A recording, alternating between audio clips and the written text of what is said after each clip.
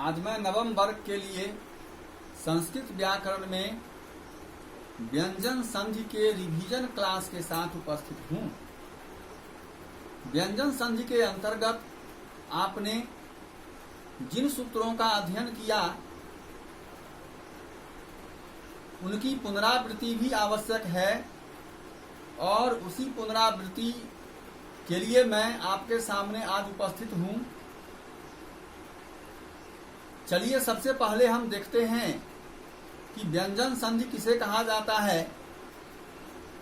तो व्यंजन के साथ स्वर या व्यंजन के मेल से जो विकार उत्पन्न होता है उसे व्यंजन संधि कहते हैं। उदाहरण है तत्जोर श्रुत्वा तत्श्रुत्वा। इसके अंतर्गत हमने जितने सूत्रों का अध्ययन किया ये सूत्र थे मो अनुस्वारः, अर्थात मो का अनुस्वार में परिवर्तन, जिसके अंतर्गत हमने देखा कि यदि प्रथम पद के अंत में मो हलंत हो और दूसरे पद के शुरू में कोई भी व्यंजन हो तो उस परिस्थिति में मो का परिवर्तन अनुस्वार में हो जाता है। उदाहरण है लताम जोर प्रति। तो लताम में मो हलंत होगा, संधि करने पर मो हलंत अनुस्वार में परिवर्तित हो जाएगा और शब्द बन जाएगा लताम प्रति। ठीक इसी प्रकार अगर दूसरे पद के शुरू में कोई स्वर होता है फिर भी मो का परिवर्तन अनुस्वार में होगा। उदाहरण है लताम जोर अपश्यत लताम पश्यत, लेकिन यह संजोग है, संधि नहीं है। मो अनुस्वारः के बाद दूसरा हमने देखा था नत्व विधान और हमने अध्ययन किया कि यदि प्रथम पद में री री र या मूर्धन्य स हो। सवाल यहाँ यह नहीं है कि प्रथम पद के शुरू में या अंत में या बीच में कहीं भी अगर र मूर्धन्य स या री रहता हो और दूसरे पद के शुरू में टवर्गी न होता हो, जिसको आप छोटी न भी कहते हैं, तो टवर्गी न का परिवर्तन टवर्गी न में हो जाता है। जैसे राम जोर अयन रामायण, तो अयन में छोटी न होगा, लेकिन जब संधि कर देते हैं तो वहां टवर्गी न हो जाता है। ठीक वैसे ही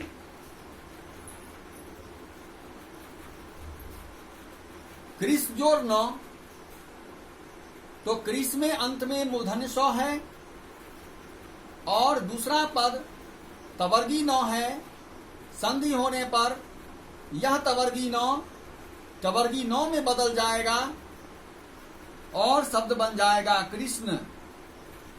ये हमारा दूसरा भाग था। तीसरे भाग के अंतर्गत हम पढ़े थे र पूर्वस्य रेफस्य लोपः दीर्घ स्वरत्व च, जिसमें ये कहा गया था कि प्रथम पद के अंत में र हलंत हो और र हलंत से पहले कोई ह्रस्व स्वर हो, अर्थात अ ह्रस्व ई या ह्रस्व उ। अगर दूसरे पद के आरंभ में भी र आता हो तो पहला र जो है वह हट जाता है, अर्थात पहले पद के अंत का र हट जाता है और दूसरे पद के शुरू का रॉ रहता है। इसके बाद मैंने जो आपको कहा कि रॉ के पहले हर्ष स्वर होगा तो उसको दीर्घ स्वर में बदल देंगे।